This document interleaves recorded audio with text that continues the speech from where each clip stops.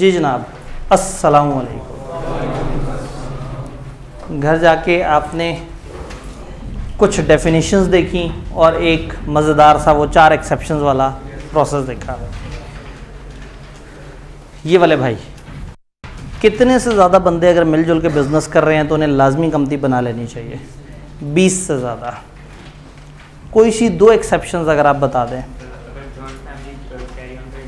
अगर एक joint family business कर रही है, दोनों बातें ज़रूरी है, सिर्फ जॉइंट फैमिली नहीं, जॉइंट फैमिली जो कि जॉइंट फैमिली बिजनेस कर रही हो उसको मना है।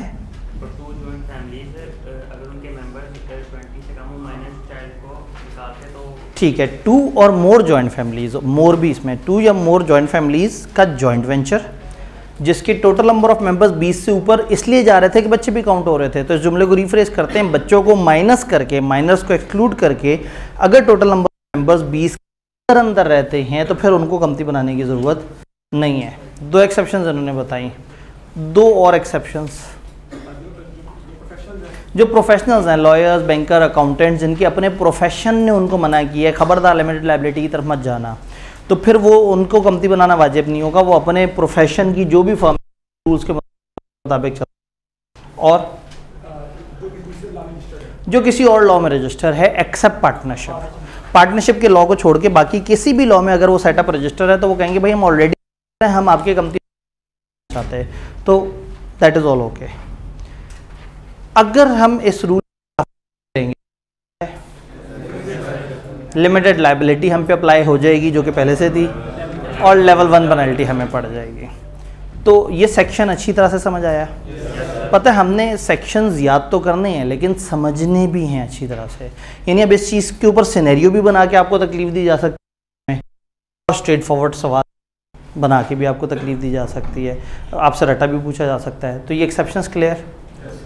फिर वापस आते हैं, हमने कंपनी की डेफिनेशन पढ़ी, उस पर तो नहीं कोई घबराहट का शिकार, ठीक। फिर हमने कंपनी लॉ की डेफिनेशन पढ़ी, वो क्या है, पढ़ी बॉडी कॉर्पोरेट जिसमें हर तरह की कंपनियां आती हैं। बॉडी कॉर्पोरेट में 3 तरह की कंपनियां आती हैं। कौन सी 3 तरह की?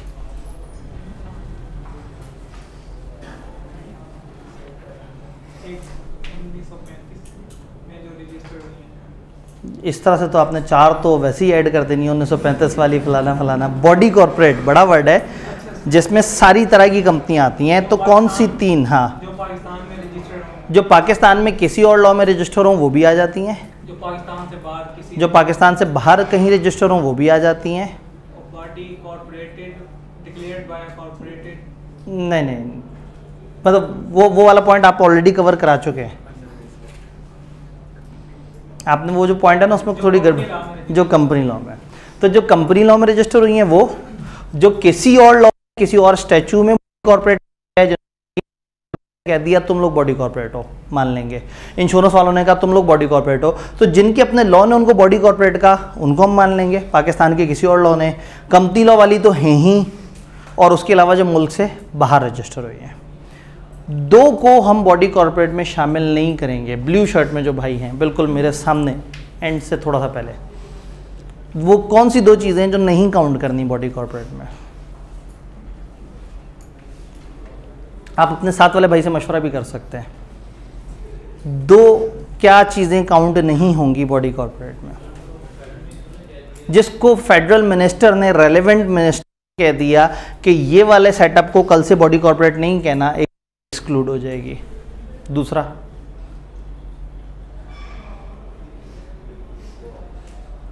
साथ वाले भाई से मशवरा कर सकते हैं। हाँ जी, साथ वाले भाई आपको मशवरा देना चाहेंगे। कोऑपरेटिव सोसाइटी, जो कोई कोऑपरेटिव सोसाइटी है, अगर वो अपने कोऑपरेटिव सोसाइटी के लॉ में रजिस्टर है, 1925 का लॉ है, हमारे सिलेबस में नहीं है, तो कोऑपरेटिव सोसाइटी के लॉ में अगर कोई कोऑपरेटिव सोसाइटी है जो इमदाद बाहमी पे चल रही है, फलाह बहबूद पे चल रही है, उसको हम काउंट नहीं करेंगे। तो ये 2 चीज़ें होंगी और 3 चीज़ें प्लस होंगी। बॉडी कॉर्पोरेट की डेफिनेशन में कोई कन्फ्यूजन? जी, किसकी? मैंने 3 एग्जांपल्स दी थी, मैं दोबारा दे देता हूँ। बैंकिंग कंपनीज ऑर्डिनेंस 1962 ये कहता है कि जो हमारे पास रजिस्टर होगा हम उसको एक बैंकिंग कंपनी कहा करेंगे। बैंकिंग क्या कहा करेंगे? कंपनी, तो वो उसे कॉर्पोरेट या कंपनी कहते हैं। तो हम ये कहते हैं पाकिस्तान के किसी और लॉ ने पास मौजूद किसी चीज़ को अगर कॉर्पोरेट या कंपनी कह दिया तो हम उसे, अब कंपनी का लफ्ज़ हमारे लॉ में गुस्ताखी है, हमारे लॉ में कंपनी से फ़ौरन हम समझ जाते हैं कंपनी लॉ में रजिस्टर हुई हुई चीज़। तो इसलिए हमने कहा कि किसी भी और लॉ के मुताबिक जिसको वो लॉ बॉडी कॉर्पोरेट या उसे बॉडी कॉर्पोरेट कहेंगे जी। तो बैंकिंग कंपनीज ऑर्डिनेंस 1962 एग्जांपल है कि वो बैंकिंग कंपनीज की बात करते हैं। फिर इंश्योरेंस कंपनीज इंश्योरेंस के कानून में आती हैं, बारबा के कानून में आती हैं, और ऐसी कंपनियां हैं जो कंपनीज एक्ट की नहीं हैं, किसी और कानून की हैं, बट वो कहलाती वो भी कंपनी है। तो कंपनी लॉ के अंदर हम उनको जब पुकारेंगे कॉर्पोरेट कहेंगे, क्योंकि कंपनी का लफ्ज़ हम लोगों ने रख दिया है अपने वालों के लिए जी। बॉडी कॉर्पोरेट क्लियर, रट्टा मारना है। फिर फॉरेन कंपनी, फॉरेन कंपनी क्या चीज़ थी? जो मुल्क और पाकिस्तान में ऑपरेट कर रही है। बाहर की सारी कंपनियां फॉरेन कंपनी नहीं है, पाकिस्तान की वो बाहर की वो कंपनी जो पाकिस्तान में ऑपरेट कर रही है, ब्रांच ऑफिस के थ्रू, लाइजॉन ऑफिस के थ्रू, एजेंट के थ्रू, फिजिकली या ऑनलाइन, किसी भी तरीके से। इस डेफिनेशन में कोई कन्फ्यूजन? ये क्लियर है। फिर हमने वो 3 तरह की कंपनियां देखी होंगी, company limited by share, guarantee, unlimited. By share में मेंबर की लायबिलिटी कितनी हो सकती है? अगर कोई अनपेड है तो वहाँ तक हो सकती है, वरना उनकी लायबिलिटी कुछ नहीं होती। कंपनी को वो सारा पैसा दे चुके होते हैं, कंपनी लायबल होती है और मेंबर सुकून में बैठे होते हैं। गारंटी लिमिटेड में मेंबर लायबल होते हैं up to amount of guarantee जो उन्होंने दी होती है।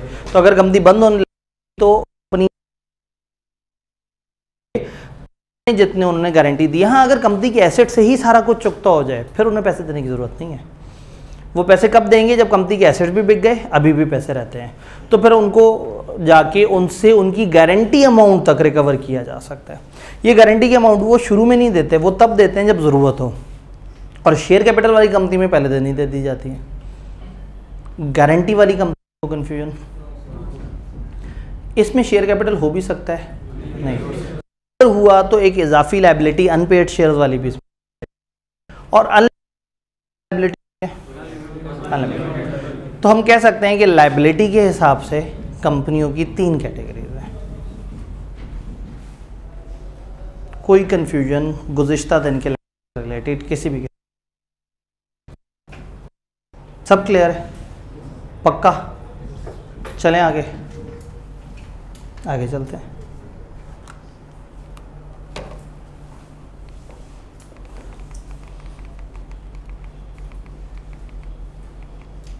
डेफिनेशंस को हमने तोड़ा था, अब हम पब्लिक प्राइवेट की डेफिनेशन देखेंगे और फिर होल्डिंग सब्सिडी पे देख के हम डेफिनेशंस के दलदल से बाहर निकल आएंगे इंशाल्लाह। बल्कि यहाँ क्या बोर्ड पे बनाते हैं जी। हाँ, पब्लिक कंपनी की डेफिनेशन देखी फिर जाके, कितनी क्यूट सी डेफिनेशन है। अच्छा, लॉ उसमें उलट था, टैक्स में आपने प्राइवेट कंपनी यूँ पढ़ी थी जो पब्लिक ना हो, क्योंकि वहाँ पब्लिक कंपनी के अंदर बड़ा कुछ था। अगर आपको वो डेफिनेशन याद है ना तो बहुत नुकसान होने वाला है, क्योंकि यहाँ बिल्कुल डिफरेंट डेफिनेशन है। तो पुरानी चाय फेंक दें नई चाय भरने के लिए, कप में थोड़ी सी भी पुरानी चाय है और ज़्यादा सारी भी नई चाय है तो वो मज़ा नहीं देगी, तो भूल जाएं, बिल्कुल ज़ीरो पे चले जाएं। वो तो वैसे ही आप चले जाते हैं, पेपर देते साथ ही चले जाते हैं। देखिए, हमने कल देखी थी लाइबिलिटी के हिसाब से 3 कैटेगरीज, अब हम देखने लगे हैं पब्लिक इन्वॉल्वमेंट के हिसाब से। पब्लिक इन्वॉल्वमेंट, पब्लिक इन्वॉल्वमेंट के हिसाब से अगर हम देखें तो कंपनियों को हम 2 तरह से कैटेगराइज कर सकते हैं, public company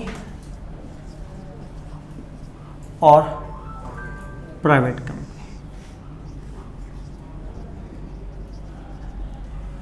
public company further 2 categories में डिवाइड कर सकते हैं, listed company, unlisted company. Private company की एक स्पेशल कैटेगरी एसएमसी होती है, हम उसके ऊपर भी बात करेंगे। इंशाल्लाह थोड़ा सा डिस्कशन करने के बाद। पब्लिक कंपनी की डेफिनेशन देख ही चुके हैं। Public company which is not a private, इसका मतलब पब्लिक कंपनी हम समझेंगे ही नहीं, वो समझ लेंगे, जो वो नहीं है वो ये है। इसका मतलब है कि कंपनी या प्राइवेट होगी या पब्लिक होगी। तो इसका मतलब हुआ कि एक कैटेगरी है कि मेरी लायबिलिटी क्या है, मैं उन तीन में से किसी एक जगह पे आऊँगा। फिर दूसरा ये है कि मैं आवाम को अपने अंदर शामिल करना चाह रहा हूँ या नहीं। मेरी कंपनी में खुल्लम खुल्ला पब्लिक आ सकती है या वो एक प्राइवेट सी सिमटी महदूद सी कंपनी है। कभी कभी आप नहीं चाहते कि आपकी कंपनी, 7 दोस्तों ने मिलकर कंपनी बनाई और एक दूसरे से वचन लिया कि हम सारी ज़िंदगी इकट्ठे रहेंगे और मिलके काम करेंगे। कंपनी आगे चली, शुरू से खून पसीना लगा के आहिस्ता आहिस्ता आहिस्ता कंपनी ग्रो करते करते एक अच्छे पॉइंट पे पहुंच गई। 5-6 साल बाद उनमें से 4 दोस्तों को पैसे की ज़रूरत थी। एक बड़ा सेठ आया, उसने उन 4 को पैसे दिए, उनसे शेयर्स पकड़े और कंपनी का मालिक बन गया। 7 में से 4 शेयर होल्डर शेयर्स जिस अकेले बंदे के पास चले जाएंगे, आधे से ज़्यादा कंपनी तो वो पहले दिन उसने कहा ये कंपनी में मेरी हुक्मरानी होगी और मैं बताऊंगा कि अब हमने आगे कैसे चलना है। और आके उसने शुरू कर दी। जो को बड़ा दुख लगा और उन दोस्तों के पास जाके कहा कि तुमने क्या किया है, क्यों धोखा दिया है। उन्होंने कहा जी कारोबारी दुनिया है, पैसे हमें मिल गए, हम चले गए। तो इन 3 दोस्तों ने उनको फिर कहा कि तुम लोग नर्क में जलोगे। इससे ज़्यादा क्या कर सकते हैं? क्या कोई कानूनी है उनके पास कोई पावर? कंपनी है, परपेचुअल सक्सेशन जानते हैं, जब मर्जी जो मर्जी आए, जब मर्जी जो मर्जी चले जाए। तो उस दिन उन्हें एहसास होगा कि काश हमने आबदी साहब से लॉ पढ़ लिया होता, शायद वो हमें कोई तरीका बता देते इससे बचने का। कंपनी बनाओ पहले दिन, एक दूसरे से वचन मत लो, ये भी मजाक है, कागज़ पे वचन ले लो। कंपनी को रजिस्टर कराते हुए कंपनी के आर्टिकल्स, कंपनी के 2-3 मेन डॉक्यूमेंट में से एक मेमोरेंडम होता है, एक आर्टिकल होता है। आपने देखा होगा बीच में एक टेबल हम छोड़ के आगे गए हुए हैं। थोड़ा सा आगे जाएंगे, ज़रा थोड़ा सा आपके कॉन्सेप्ट और 2 का अगर आप इन 2 डॉक्यूमेंट्स पे पूरा चैप्टर है वो। तो कंपनी अपने आर्टिकल में 3 डाल देती है, जिसके बाद वो कंपनी में ज़्यादा लोग आ ही नहीं सकते और जो मौजूद हैं वो इतने आराम से जा नहीं सकते। 3 शर्तें क्या हैं? शर्त नंबर 1, मैक्सिमम मेंबर्स 50 तक।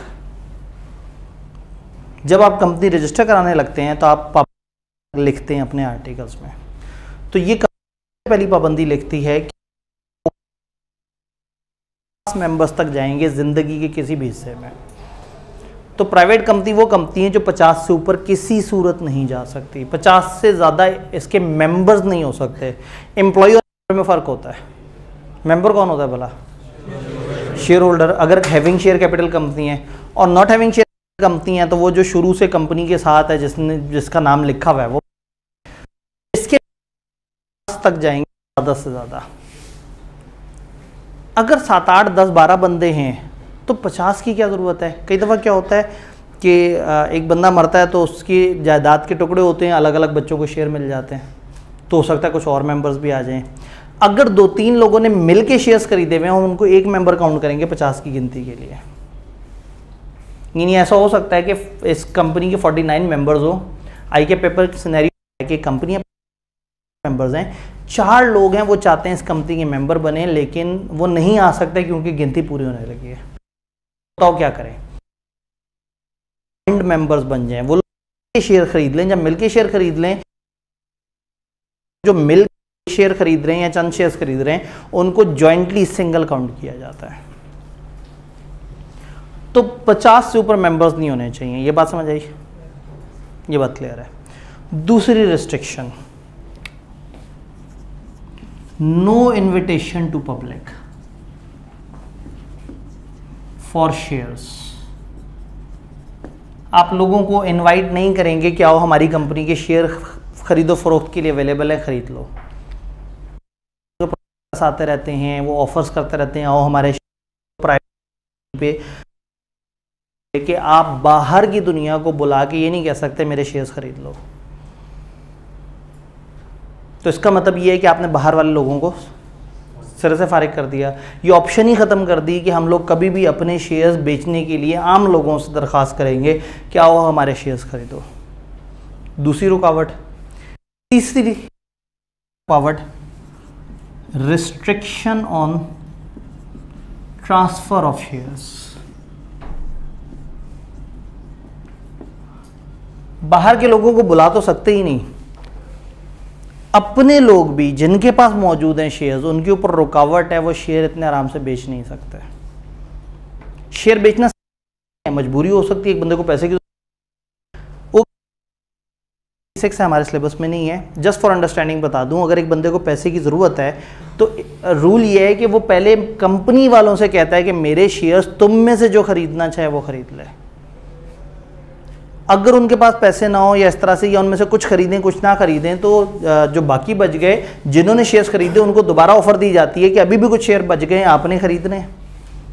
वो सारा कुछ करने के बाद जब कंपनी में कोई मजीद बंदा उसके शेयर नहीं खरीदना चाहता, तब डायरेक्टर्स उसको इजाज़त देते हैं कि अब तुम बाहर के बंदों को शेयर बेच सकते हो, चूँकि अंदर वाले बंदे अब मजीद पैसे नहीं दे रहे। तो प्राइवेट कंपनी में बगैर इजाज़त, जिसमें आप बगैर इजाज़त लिए अपना हिस्सा किसी ले सकते थे, तो प्राइवेट कंपनी में एक पाबंदी लगा दी कि यहाँ आप अपने शेयर्स खुल्लम खुल्ला ट्रांसफ़र नहीं कर सकते। कंपनी 50 से ऊपर नहीं जाएगी, बाहर वालों को बुलाएंगे नहीं, और अंदर वाले बगैर पूछे बगैर अंदर वालों को ऑफ़र किए बाहर जाएंगे नहीं। तो जब इतनी रिस्ट्रिक्शंस लगा देंगे एक कंपनी पे, तो इसका मतलब है कि वो एक छोटा सेटअप होगा और बस वही चंद ओनर्स के साथ चलता पूरी जिंदगी। ये क्यों वो प्राइवेट कंपनी बनाते हैं? जब एक फैमिली कंपनी बनाती है प्राइवेट कंपनी, जब कोई नहीं चाहता कि कंपनी में बहुत सारे लोग आ जाएं, कोई भी अननोन कभी भी पैसे की बेस पे उठ के चलता हुआ आ जाए, तो लोग अपने आप को महदूद रखते हैं और वो अपनी कंपनी को प्राइवेट कंपनी के तौर पर रजिस्टर कराते हैं। क्लियर? पब्लिक कंपनी किसे कहते थे? ठीक। अब आपने जुमला सुनना है, दिस दिस एंड दिस, तीनों में एंड। तो प्राइवेट कंपनी वो है जिसमें तीनों की तीनों शर्तें मौजूद हों। पब्लिक कंपनी क्या होगी? एक शर्त भी बीच में से उजड़ गई तो ये पब्लिक कंपनी बन जाएगी। तो पब्लिक कंपनी द कंपनी जिसमें ये तीन शर्तें या कोई एक है तो बन जाएगी, क्योंकि एक शर्त में सोने से वो प्राइवेट नहीं रहेगी। तो अगर ये कंपनी ये इजाज़त ले ले कि जी हम बाहर वालों को बुला सकते हैं, ये उसी दिन प्राइवेट नहीं रहेगी। ये अपने मेंबर 50 से ऊपर ले जाना चाहें, प्राइवेट नहीं रहेंगे। उसके लिए फिर लंबा चौड़ा प्रोसेस है जो हमारे सिलेबस में नहीं है कि प्राइवेट कंपनी बाद में पब्लिक में शिफ्ट हो सकती है, पब्लिक बाद में प्राइवेट। ये सारी कंपनी अपने स्टेट चेंज करना चाहें तो एक प्रोसेस है, उसके थ्रू कर सकते हैं। तो प्राइवेट कंपनी में 3 रिस्ट्रिक्शन समझ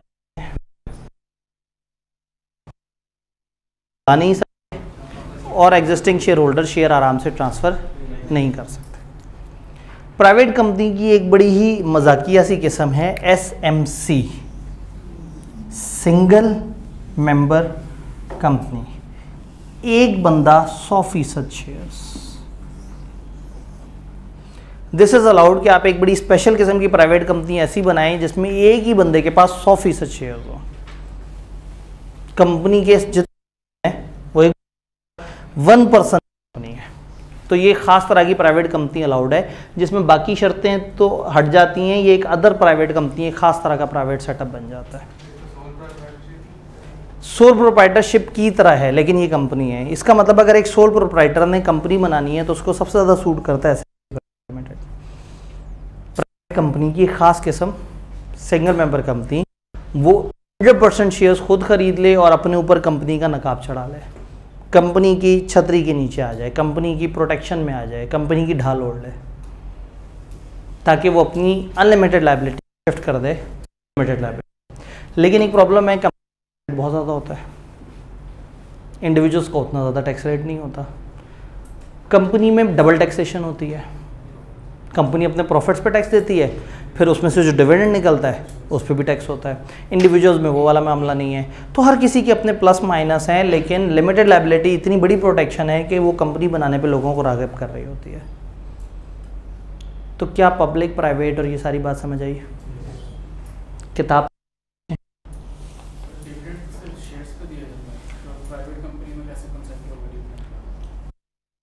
कि अपने लोगों के पास तो शेयर्स होंगे, वो उनको तो डिविडेंड मिलेगा। यानी हम ये नहीं कह रहे इसमें शेयर्स नहीं है, शेयर्स हैं लेकिन बाहर को नहीं बेच सकते।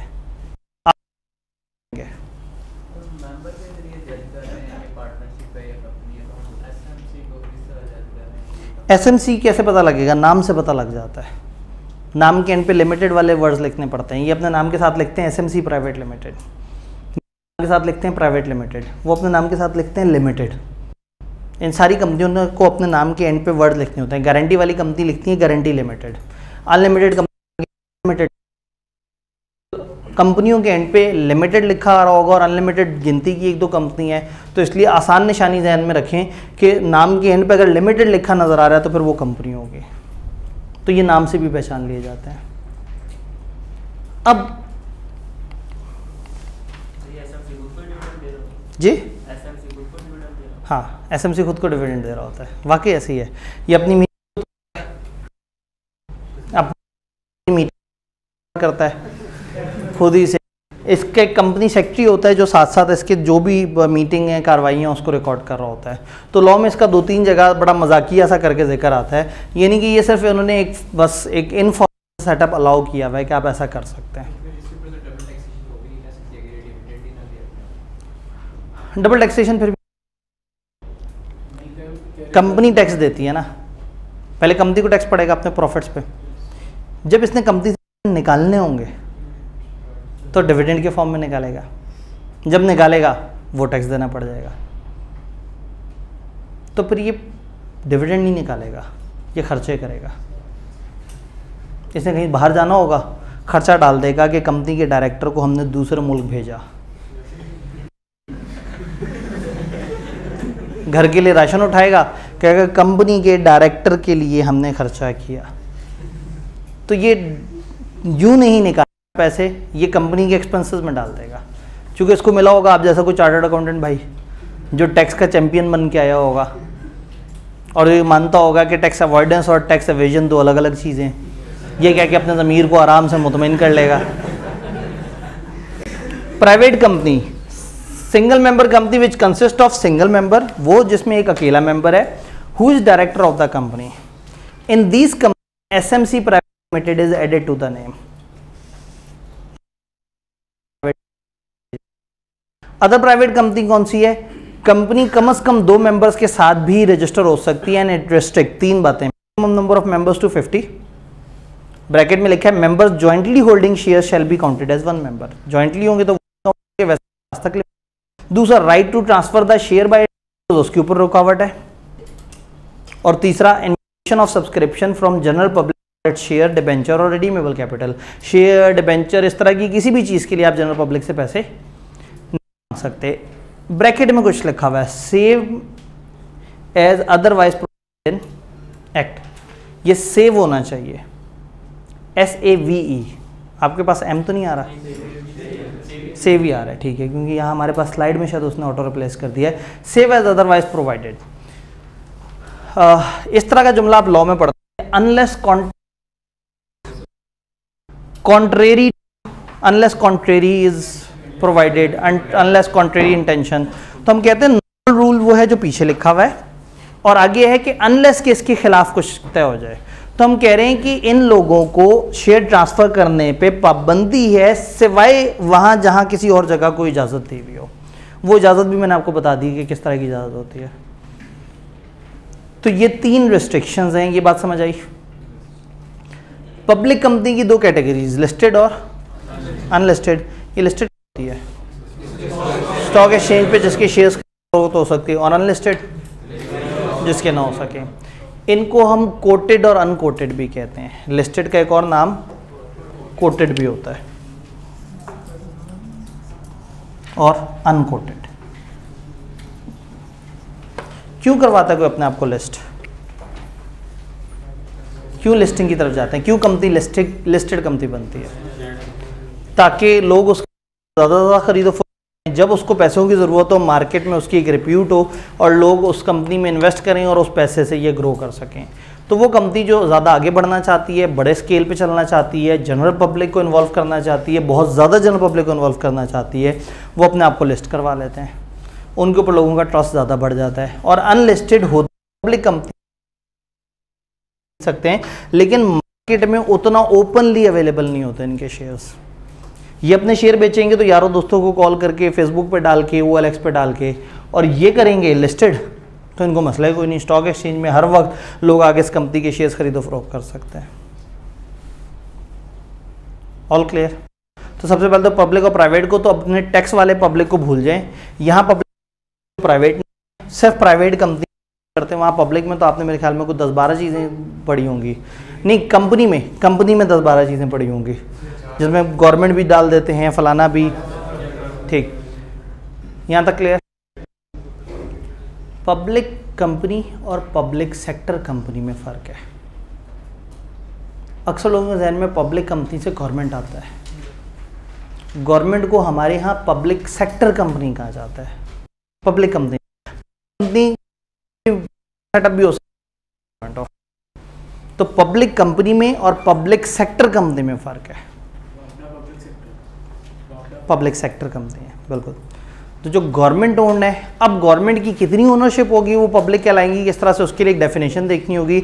बट वो डेफिनेशन देखने से पहले हमें होल्डिंग सब्सिडरी के कॉन्सेप्ट की तरफ आना है, जो आप लोगों ने अकाउंटिंग में तो अच्छी तरह से समझा हुआ है, आज लॉ में भी देख लेते हैं। कॉन्सेप्ट्स आपके चलेंगे, कुछ जगह पे उसको गलत साबित करेंगे, क्योंकि कानून किसी और तरह से सोचता है, अकाउंटेंट किसी तरह सोचता है। चलें फिर, होल्डिंग सब्सिडरी। होल्डिंग सब्सिडरी बचपन से पढ़ते आ रहे हैं।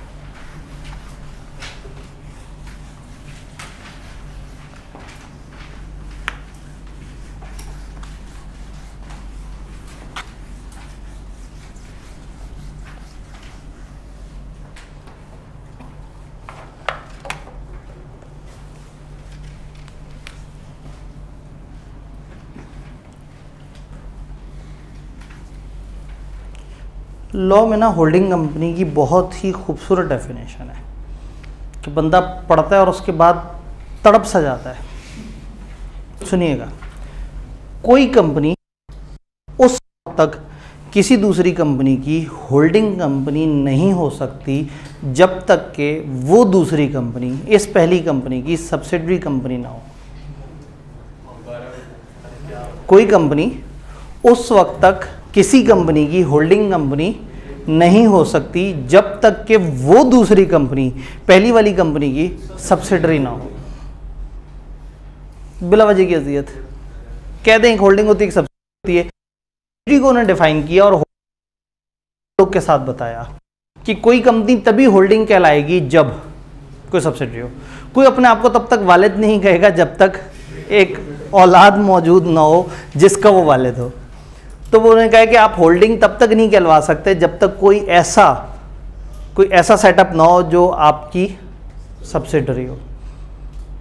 सब्सिडरी, एक कंपनी दूसरे को सब्सिडरी कैसे बना सकती है? होल्डिंग सब्सिडरी मतलब हाकिम महकूम मालिक, ठीक है। इन में रिश्तेदारी होती है, वालिदैन होते हैं और औलाद होते हैं। कंपनियों में रिलेशन नहीं होता।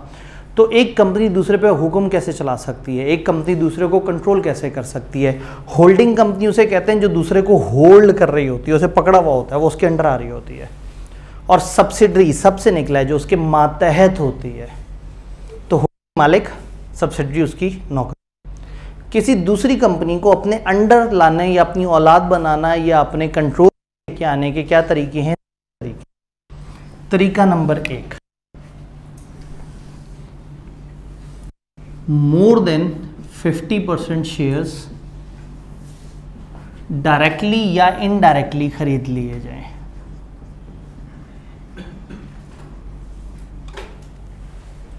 मोर देन 50% शेयर्स डायरेक्टली या इनडायरेक्टली।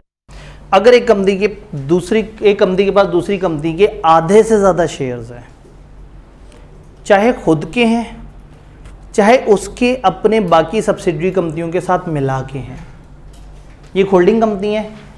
एक कंपनी एच ने दूसरी कंपनी S2 में 40% इन्वेस्टमेंट की हुई है।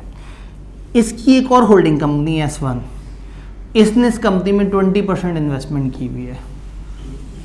तो एच ने 40% डायरेक्टली इन्वेस्ट किया हुआ है और 20% अपनी सब्सिडरी के थ्रू इन्वेस्ट किया हुआ है। लॉ के अंदर हम जमा करते हैं।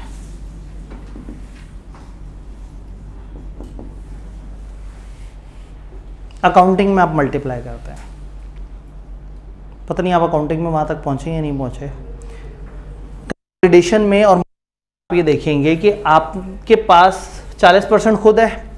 हम देखते हैं हमारे पास इस कंपनी का कितने फीसद हिस्सा है और फिर इस कंपनी का कितने फीसद हिस्सा आ गया और उसको मल्टीप्लाई करके एक इफेक्टिव शेयर होल्डिंग निकालते हैं। ये अकाउंटेंट्स का तरीका है। लॉ वाले कहते हैं नहीं, आप इसे कंट्रोल कर रहे हैं, हाँ, आप इसे कंट्रोल कर रहे हैं, हाँ, तो इसके पास जो 20% शेयर्स पड़े हुए हैं, इस पे ये जो वोटिंग करेंगे वो वही करेंगे जो आप कहेंगे, और ये 40% पे भी डिसीजन क्या होगा जो आप कहेंगे। तो टेक्निकली 40% आप खुद कंट्रोल कर रहे हैं और 20% आपके एक नौकर के पास रखे हुए हैं, तो आपके पास 60% है। अगर एक दूसरी कंपनी आधे से ज्यादा शेयर्स डायरेक्टली या इनडायरेक्टली उनकी वोटिंग पावर रखती है तो दूसरी कंपनी उसकी सब्सिडरी बन जाएगी। और इनडायरेक्टली का क्या मतलब है? Through layers. लेयर्स कैसे कहते हैं? सब्सिडरी, उसकी सब्सिडरी, आपकी एक सब्सिडरी है, सब्सिडरी के नीचे एक और सब्सिडरी, उसके नीचे सब्सिडरी, ये सारी आपकी लेयर्स कहलाती हैं। तो आप खुद और अपनी सब्सिडरियों के साथ मिलजुल के किसी भी और ज्यादा बन। तरीका नंबर 1 क्लियर। ऑप्शन नंबर 2, अगर ऐसा नहीं हो सकता तो दूसरी चीज ये कि मेजॉरिटी का मतलब है मोर देन हाफ। डायरेक्टर्स को अपॉइंट करने की पावर आपके पास आ जाए।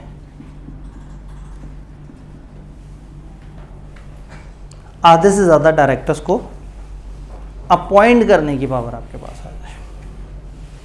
अगर कंपनी के पास दूसरी कंपनी के किसी भी कॉन्ट्रैक्ट की वजह से, किसी भी वजह से आधे से ज्यादा डायरेक्टर्स अपॉइंट करने की पावर आ जाए तो दूसरी क्या बन जाएगी और पहली होल्डिंग बन जाएगी। डायरेक्टर अपॉइंट करने की पावर किस किस तरह से आ सकती है? कई दफ़ा तो इलेक्शन होते हैं डायरेक्टर्स के, वहाँ तो आपकी शेयर होल्डिंग की काम आती है। कई दफ़ा कॉन्ट्रैक्ट की बेस पे भी कुछ डायरेक्टर्स होते हैं। फॉर एग्जांपल एक कंपनी है जिसका शेयर कैपिटल है 50 लाख, वो पहुंचे हबीब बैंक के पास लोन लेने के लिए। तो उन्होंने कहा मैं पागल समझ रहे हो, 50 लाख तुम्हारा शेयर कैपिटल है, लोन ले रहे हो 2 करोड़ का। उन्होंने कहा जी हमारी कंपनी बड़ी अच्छी चल रही है, फलाना फलाना प्रोजेक्ट, हमें इतना पैसा आएगा, हम आपको वापस लौटा देंगे। हबीब बैंक ने कहा अच्छा मैं लोन दे देता हूँ, एक तो मुझे तुम्हारे एसेट्स की सिक्योरिटी चाहिए, दूसरा मेरे 3 बंदे तुम्हारे बोर्ड ऑफ डायरेक्टर्स में बैठेंगे आके, तुम्हारे सारे डिसीजन मेकिंग में मैं इन्फ्लुएंस करूँगा। तो जाहिर है एक 50 लाख के शेयर कैपिटल वाली कंपनी को जो 2 करोड़ दे रहा है वो ये तो चाहेगा ना कि कंपनी अच्छी चले, तो वो ये भी चाहेगा कि अपने बंदे बैठाए। तो दिस कैन हैपन, दूसरे के बोर्ड मेरे बंदे बैठे हों। तो किसी तरीके से अगर आपके पास किसी कंपनी के आधे से ज़्यादा डायरेक्टर्स का इख्तियार आ जाए किसी भी तरीके से, लोन की वजह से, शेयर्स की वजह से, किसी भी वजह से, तो भी वो वाली कंपनी आपकी क्या बन जाएगी? सब्सिडरी बन जाएगी। तो सब्सिडरी बनाने का एक तरीका ये है कि आप डायरेक्टर्स का कंट्रोल दे दें, एक तरीका ये है कि आप शेयर होल्डिंग दे दें। इत्तिसलात का बड़ा मशहूर वाक़या है, PTCL और मैक्सिमम जो अरेंजमेंट कर लिए थे और गवर्नमेंट ने उनके साथ वादा किया था कि हम PTCL को आपकी सब्सिडरी बना देंगे। खबर मीडिया में लीक हो गई, शोर उठ गया और जनाब आना शुरू हो गया कि जी ये तो इस वक्त हुक्मरान जो हैं ये PTCL को प्राइवेटाइज़ कर रहे हैं और PTCL को इन्होंने बेच दिया है। तो टीवी पे एक मिनिस्टर ने आके कहा कि पता नहीं कौन लोग हैं जो इस तरह के गलत स्टैट शेयर करते हैं। आप आज शेयर कैपिटल स्ट्रक्चर देख लें PTCL का, 65% शेयर्स गवर्नमेंट ऑफ पाकिस्तान के पास हैं और 35% शेयर इत्तिसलात के पास हैं। तो कब बेचा है हमने इसे? और इत्तेसलात वालों के साथ एग्रीमेंट किया कि पीटीसीएल के सारे डायरेक्टर्स आप अपॉइंट किया करेंगे। आम आवाम को बाकी रूल्स का पता नहीं था, उन्होंने यही देखा और कहा लो जी एक तो ये जो है ना मीडिया की खबर उड़ा, 65% तो आज भी गवर्नमेंट ऑफ पाकिस्तान के पास है। तो गवर्नमेंट ऑफ पाकिस्तान के अंडर तो आ ही रहा था पीटीसीएल, डायरेक्टर्स की पावर देने से पीटीसीएल का इख्तियार इत्तेसलात के हवाले पे कर दिया। कंपनियों में ना दो जगह डिसीजन मेकिंग होती है, कुछ चीज़ें मेंबर्स की मीटिंग में एग्री होती हैं, कुछ चीज़ें डायरेक्टर्स की मीटिंग में। तो मेंबर्स की मीटिंग में इख्तियार ज़्यादातर इस वजह से आता है, वोटिंग पावर से, और डायरेक्टर्स की मीटिंग में जिसके ज़्यादा डायरेक्टर्स होंगे उसके पास इख्तियार है। तो एक कंपनी दूसरी कंपनी के board of director majority composition तक नंबरिंग ये कंट्रोल कर रही हो तो ये होल्डिंग बन जाएगी और दूसरी सब्सिडरी बन जाएगी। बात समझ आई? ये दूसरा रूल है। तीसरा रूल, फॉर एग्जांपल एक कंपनी है, उसको आपने देखा, यहां पे लिख देते हैं, एक कंपनी ए, आप चाह रहे हैं मैं इसे अपनी सब्सिडरी बनाऊं, पता ये लगा कि जी कंपनी ने इसके 70% शेयर्स खरीदे हुए हैं और पता ये लगा कि के कंपनी ने इसके मोर देन 50% डायरेक्टर्स को अपॉइंट करने की पावर ली हुई है। तो ना मैं ए को उस तरह से सब्सिडरी बना सकता हूँ जो 70% ज़्यादा शेयर्स किसी और के पास है, ना इस तरह से सब्सिडरी बना सकता हूँ क्योंकि के इसको वो कर रहा है। तो अगर मैं इन दो में से किसी एक को अपनी सब्सिडरी बना लूँ तो ऑटोमेटिकली ए मेरी सब्सिडरी बन जाएगी। तो अगर आप किसी को सब्सिडरी नहीं बना सकते तो किसी ऐसे को सब्सिडरी बना दें जिसकी वो सब्सिडरी, यानी कि सिंपल वर्ड्स में सब्सिडरी की सब्सिडरी भी सब्सिडरी ही होती है। इसको हम अकाउंटिंग की ज़बान में सब सब्सिडरी कहते हैं, सब्सिडरी की सब्सिडरी। तो आपकी जितनी भी सब्सिडरी आपकी भी, आप उन्हें कंट्रोल कर रहे हैं, वो उन्हें कंट्रोल कर रहे हैं, वो करेंगे जो ये कहेंगे और ये वो करने को कहेंगे जो हम कहेंगे। तो सब्सिडरी की सब्सिडरी, औलाद की औलाद भी औलाद होती है, सब्सिडरी की सब्सिडरी भी सब्सिडरी ही कहलाती है। अगर मतलब हमारी सब्सिडरी है और एक और कंपनी आती है इसकी के जो है वो उसकी सब्सिडरी हो जाती है, ठीक है, सही है, तो कैसे? ठीक है। जिसने के को खरीदा है डायरेक्टर्स की मीटिंग में वो इन्फ्लुएंस कर रही होगी, हमने जी को खरीदा है मेंबर्स की मीटिंग को हम इन्फ्लुएंस कर रहे होंगे। जो डिसीजन मेंबर्स में तय होने वाले हैं उधर हमारी होगी, जो डायरेक्टर्स में होने वाले हैं वो उनकी पावर ज़्यादा चल रही होगी। ये ऐसे ही है जैसे कोई सेनेट पे कंट्रोल करता है, कोई नेशनल असेंबली पे ज़्यादा पावर रखता है। जी सर, इसके अंदर प्राइवेट या पब्लिक कंपनी का भी कोई कांसेप्ट है कि मतलब प्राइवेट? देखिए, प्राइवेट कंपनी में इतने आराम से नए लोग आ नहीं ना सकते, तो प्राइवेट कंपनी मुश्किल से सब्सिडरी बनेगी किसी की, क्योंकि प्राइवेट कंपनी के तो शेयर इतने आराम से मार्केट में जा ही नहीं सकते, लोग खरीद ही नहीं सकते इतने आराम से। तो ज़्यादातर पब्लिक कंपनी में ये सारी बातें हो रही होती हैं ज़्यादातर। लेकिन जो डायरेक्टर वाला रूल है इसके लिए तो शेयर्स की ज़रूरत ही नहीं है। जी होल्ड, ये डिपेंड करता है कि कौन सा है। ज़्यादा इंपॉर्टेंट डिसीजन मेंबर्स के पास होते हैं। जो जितने भी अहम मामला होते हैं वो जनरल मीटिंग में तय होते हैं। हम चैप्टर 8 में ये देख रहे होंगे कि मीटिंग्स में कौन कौन से मामला किस तरह से हो रहे होते हैं। तो ज़्यादातर बड़े डिसीजन जो कि कंपनी के फ्यूचर को चेंज कर रहे होते हैं वो मेंबर होता है। जी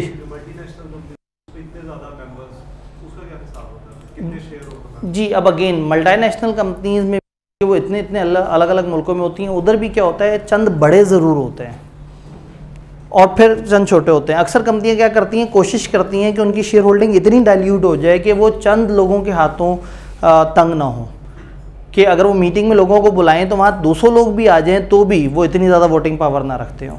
तो ऐसी कंपनियों में जो 10% का बहुत बड़ा चीज़ों को इन्फ्लुएंस कर रहा होता है, तो वहाँ ज़्यादा इख्तियार आ जाता है डायरेक्टर्स के पास, जो उनकी एम्प्लॉय जो वो कर रहे होते हैं ना, जो बोर्ड को चला रहे होते हैं। तो फिर वहीं उन्हीं के हाथों में ज़्यादा चीज़ें चल रही होती हैं। जी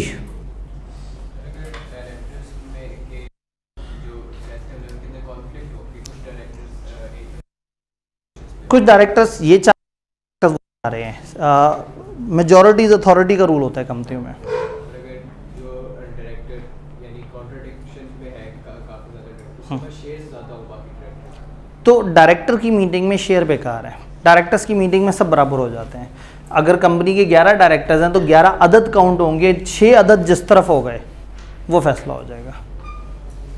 तो जिसके पास वोटिंग पावर ज़्यादा होता है वो मेंबर्स की मीटिंग करता है। आगे के ऊपर भी चैप्टर है, मेंबर्स पे भी पूरा चैप्टर है।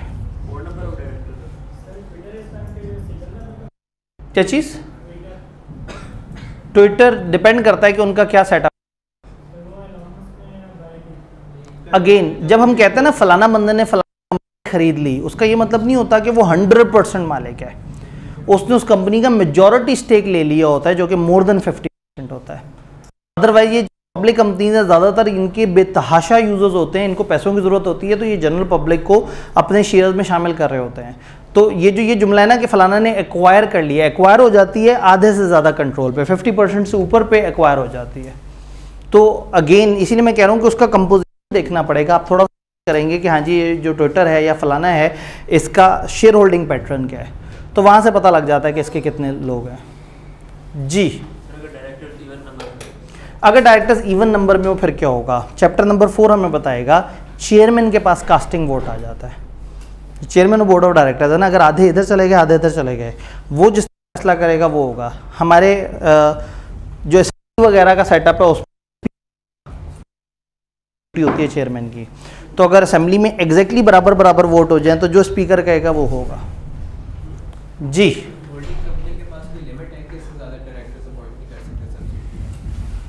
होल्डिंग कंपनी के पास लिमिट उतनी ही है जितना उसके पास नॉर्मली शेयर्स होते हैं। अगर एक कंपनी के अंदर जो है वो 100% शेयर है और 45% है आम लोगों के पास और 55% है एक के पास, और कंपनी में 60 डायरेक्टर्स अपॉइंट होने हैं, तो इलेक्शन से उन 45% वालों की भी तो नुमाइंदगी होगी। तो ये बेसिकली कि आपके पास कितने आपको उतनी मिलती है।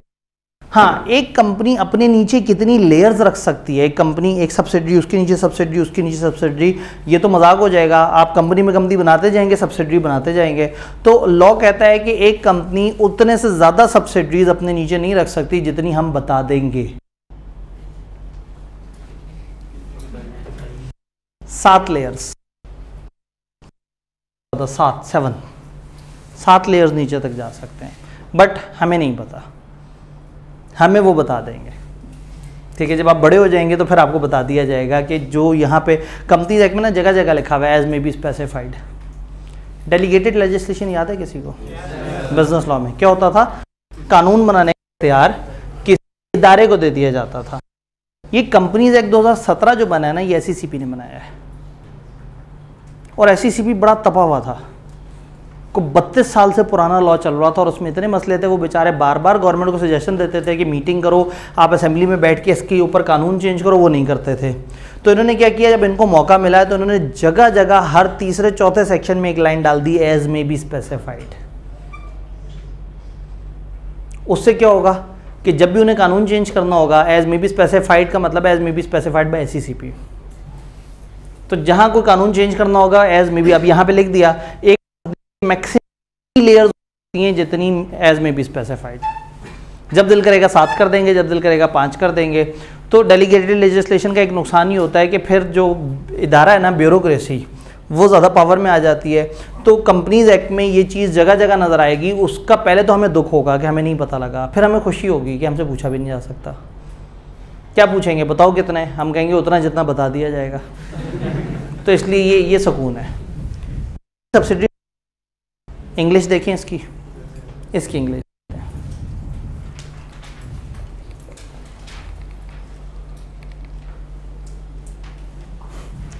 Holding company means a company which is another's company's holding company if but only if that other company is its subsidiary। ज़्यादा वो जुमला, कोई कंपनी दूसरे की होल्डिंग सिर्फ और सिर्फ तब होगी जब वो दूसरी कंपनी इस पहली वाली की है। तो इसको तो क्रॉस कर देंगे, को पूछी जाने वाली डेफिनेशन टेक्निकली नहीं है। Subsidiary in relation any other holding company, किसी कंपनी के कंपनी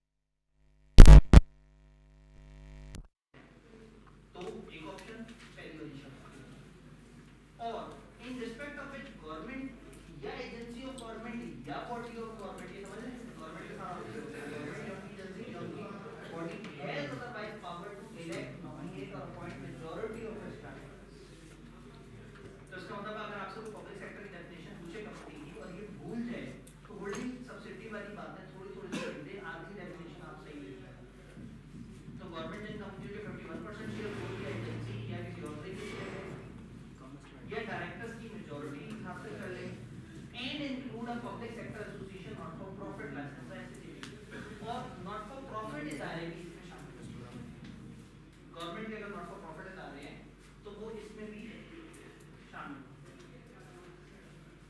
लास्ट में छोटी सी एक्सेप्शन थी ये जो बस रटा मार वो क्या है, वो कहते हैं कि जो सिक्योरिटीज एक्सचेंज के बोर्ड पे SECP जो सिक्योरिटी एक्सचेंज स्टॉक एक्सचेंज के बोर्ड पे या किसी और कंपनी के बोर्ड पे अपना बंदा बिठाती है, shall not make it a public sector company.